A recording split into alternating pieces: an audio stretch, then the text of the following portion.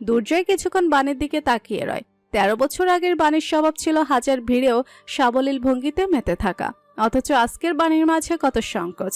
দুর্জয় বন্নিকে প্রশ্ন করে, খারাপ লাগছে বাচ্চা? বন্নি মলিন মুখে মাথা নেড়ে বলে, পা ব্যথা করছে। বন্নি মিথ্যে বলেনি।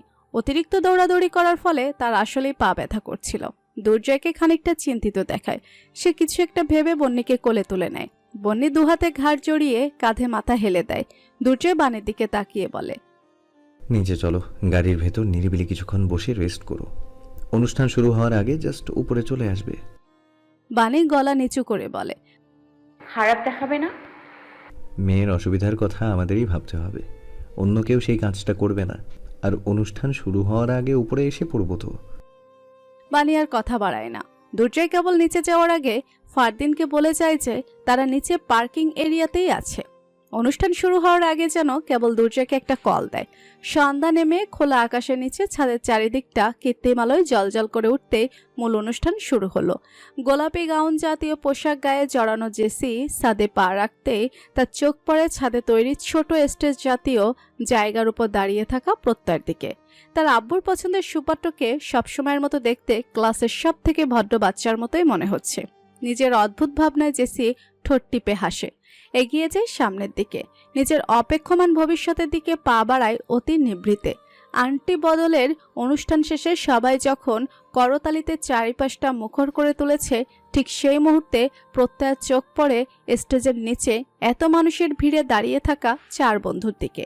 স্বভাবত প্রত্যয় আবেগী নয়, কিন্তু আচমকা তার চোখ ছলছল করে ওঠে। প্রিয় 4 বন্ধুর পাশে চোখের সামনে ভেসে ওঠে আরো দুটো মুখ, রিদওয়ান আর সাদাতের। আজকে তো ওদেরও এখানে উপস্থিত থাকার কথা ছিল, তাই না? জীবন এতটা অনিশ্চিত যে কার কখন ডাক পড়ে যায় তা কেউই জানে না। কারণ মৃত্যুই হচ্ছে মানুষের জীবনের ধ্রুব সত্য, যেই সত্য কেউই বদলাতে পারবে না। এই অনিশ্চিত জীবনে যেখানে 1 সেকেন্ডের ভরসা নেই, সেখানে ভবিষ্যতের আশায় বসে থাকাটা বোকামি। প্রত্যেক মুহূর্ত অপচয় না করে নিজের পাশে বসে থাকা জেসির পানে তাকায়, নিচু স্বরে বলে, একটা কথা বলা ছিল। জেসি প্রত্যয়ের পানে তাকিয়ে ভুরু উঁচিয়ে জানতে চায় কি বলার আছে। প্রত্যয় দ্বিধাহীন গলায় বলে, প্রেমে তুমি একা পড়োনি জেসি, আমিও পড়েছি, তোমার প্রেমে পড়েছি। জেসি অবাক হয়ে তাকিয়ে রয়। হঠাৎ এই মুহূর্তে এই কথাটা বলার পেছনে কি বিশেষ কোনো কারণ আছে? হয়তো আছে। জেসি কিছু না বলে চোখ ফিরিয়ে নেয়। সবার অগোচরে কেবল প্রত্যয়ের হাতের পিঠে হাত রেখে ফিসফিসিয়ে বলে, ভয় খুব অদ্ভুত জিনিস, তাই না?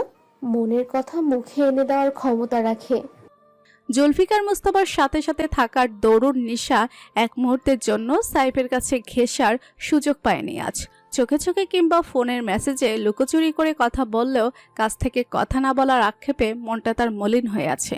সবাই যখন খাওয়া দাওয়া নিয়ে ব্যস্ত, ঠিক সেই মুহূর্তে নিশার ফোনে একটা মেসেজ আসে। ছাদের ডান পাশে আছি, এদিকে কেউ নেই, অপেক্ষায় আছি ইয়াসমিন। নিশা চারিদিকে তাকিয়ে জুলফিকার মুস্তাফাকে মিছে এক ছুতো দেখিয়ে দ্রুত খাওয়া শেষ করে সবার অগোচরে ছাদের ডান পাশটায় চলে যায়। এদিকটায় তেমন একটা আলো নেই, তবে চাঁদের আলোয় চারিপাশটা একদম অস্পষ্ট নয় এখনো। কিছুটা এগিয়ে সাইফের অবয়ব দেখতেই নিশা দ্রুত তার কাছে এগিয়ে যায়। সাইফ নিশাকে কিছু বলার সুযোগ না দিয়ে বলে, উপরের ছাদে উঠতে পারবেন ইয়াসমিন? নিশা বড় বড় চোখ মেলে সাইফের পাশের দেয়ালে খাড়া মইয়ের মতো সিঁড়ির দিকে তাকায়, বিস্মিত গলায় বলে, সিঁড়ির পাশে রেলিং সাইফ, পা ফসকে গেলে সোজা উপরে চলে যাব আমি। এত ভীতি নিয়ে উপরে ওঠা সম্ভব না। সাইফ আশ্বস্ত করে বলে, ভয়ের কিছু নেই তো, আমি। নিশা পুরো কথা শেষ করতে না দিয়ে ফোড়ন কেটে অস্থির গলায় বলে, আপনি বনে বাদরে ঘুরে বেড়ানো মানুষ, আপনার ভয় ডর কম হওয়াটাই স্বাভাবিক, কিন্তু আমার পক্ষে সম্ভব না। আপনি জানেন আমার পোকামাকড়, অন্ধকার, ভূত, উচ্চতা, আগুন এসবে ফোবিয়া আছে। এভাবেই আমি সারা বিকেল ধরে ভয়ে ছাদের কিনারে ঘেসছি না, ভয়ে পা কাঁপছে।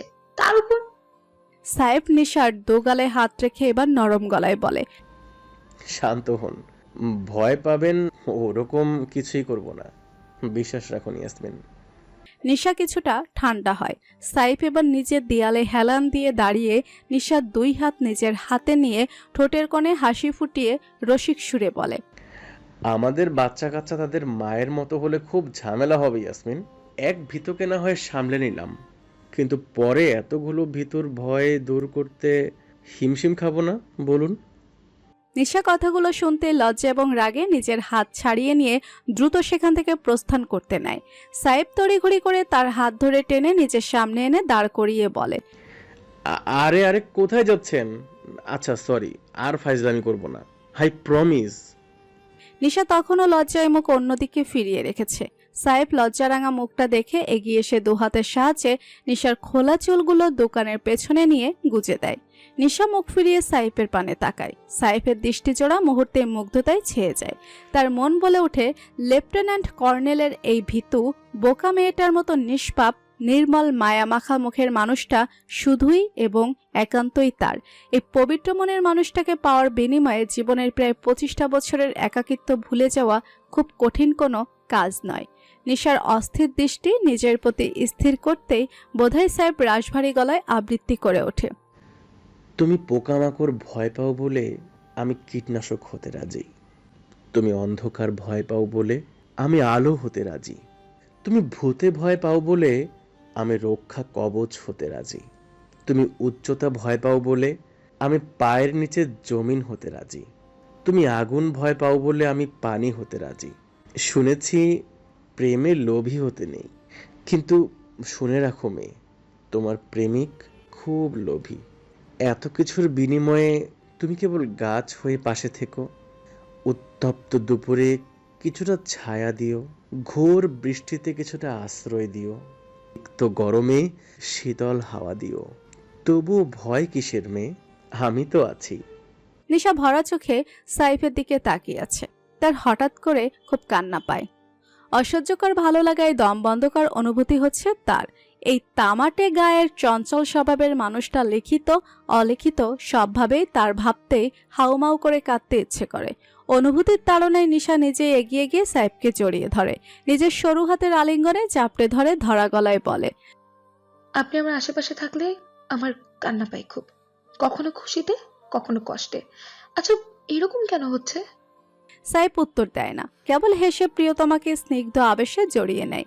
নিশা উত্তরের অপেক্ষাও করে না, কেবল চোখ বুজে বুকের বাঁ পাশের ধুকভুক করতে থাকা হৃদয় স্পন্দনগুলো শুনতে থাকে। রাত তখন প্রায় 10টার কাছাকাছি। জেসিদের বাসা থেকে বেরিয়ে বেশ অনেকক্ষণ বাহিরে ঘোরাঘুরি করে সবেমাত্র পরিবার সমেত বাড়ির সামনে এসে গাড়ি ব্রেক করলো দুর্জয়। স্বাভাবিক ভঙ্গিতে বাণীকে উদ্দেশ্য করে বলে, তুমি দরজা খুলে ভেতরে যাও, আমি গাড়ি পার্ক করে বন্দিকে নিয়ে আসছি। বাণী এক মুহূর্ত পেছনে ফিরে মেয়ের মলিন মুখটা দেখে পার্স হাতে গাড়ি থেকে নেমে পড়ে। দুর্জয় দক্ষ হাতে গাড়িটা পার্ক করে নির্দিষ্ট জায়গায়। অতঃপর নিজে গাড়ি থেকে নেমে পিছনের দরজা খুলে হাসি মুখে বন্নিকে বলে, common man at your service, your highness. আপনাকে কোলে করে নামাবো নাকি নিজে নিজে নামতে চান আপনি? প্রিন্সেস কি চায়? অন্য সময় হলে এত আদুরে কথায় বন্নি গলে সবগুলো দাঁত বের করে হাসত। তবে আজ সেরকমটা হলো না। কেবল নিজের দুহাত এগিয়ে দিয়ে বুঝায় সে কোলে করে নামতে চায়। দুর্জয় এগিয়ে বন্নিকে কোলে নিলেও আর নিচে নামায় না, বরং উঠোন ধরে হাঁটতে হাঁটতে প্রশ্ন করে, কি হয়েছে কিডো? কেউ কিছু বলেছে? মাম্মা কি আপনাকে বকেছিল? বন্নি এবার দুর্জয়ের দিকে তাকিয়ে বলে, মাম্মামের হাজবেন্ডকে কি পাপা ডাকতে হয় মেজর? কিন্তু তুমি তো আমার পাপা না, তাহলে ওই আন্টিটা কেন বললো তোমাকে পাপা ডাকতে? দুর্জয় থম মেরে কিছুক্ষণ বন্নির ছোট্ট মুখের দিকে তাকিয়ে রয়। সারাদিন ধরে বাচ্চার মলিন মুখ দেখে সে আজ করতে পেরেছিল কিছু একটা হয়েছে। এইবার পুরোপুরি ঘটনাটা বুঝতে পারে সে। দুর্জয় নীরবে হেঁটে বন্নিকে নিয়ে গাড়ির সামনে যায়। বন্নিকে গাড়ির ফ্রন্ট বোনাটে বসিয়ে নিজেও তার মুখোমুখি দাঁড়ায়। কিছুটা বোঝানোর মতো করে বলে, আপনার মাম্মার হাজব্যান্ড, অর্থাৎ আমি টেকনিক্যালি আপনার ফাদার হই, এটা সত্য। কিন্তু আমাকে আপনি কি ডাকবেন, it is up to you. You can call me whatever you like. বন্নি ভাবুক হয়ে জানতে চায়, কিন্তু কারোর দুটো ফাদার কি করে হয়? আমার তো অলরেডি পাপা আছে। দুর্জয় এবার একটা দীর্ঘশ্বাস ছেড়ে বলে, আপনি এখনো ছোট বন্নি, রিলেশনশিপগুলো একটু কমপ্লিকেটেড। আর একটু বড় হন, বুঝতে শিখুন। আমি আর মাম্মা আপনাকে সব বুঝিয়ে বলবো।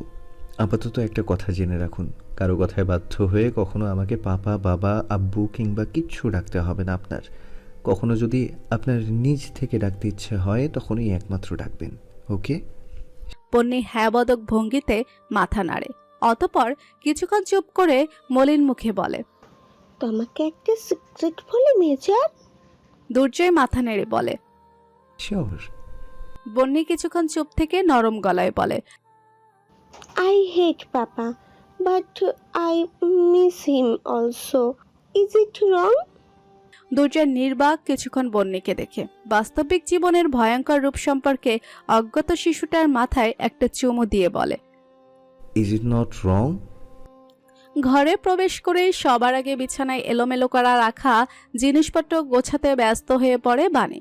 শাড়ির আঁচল কোমরে গুজে যখন সেসব জিনিসপত্র জায়গা মতো রাখছিল, ঠিক সেই মুহূর্তে দুর্জয় বন্যিকে কোলে নিয়ে রুমে প্রবেশ করে।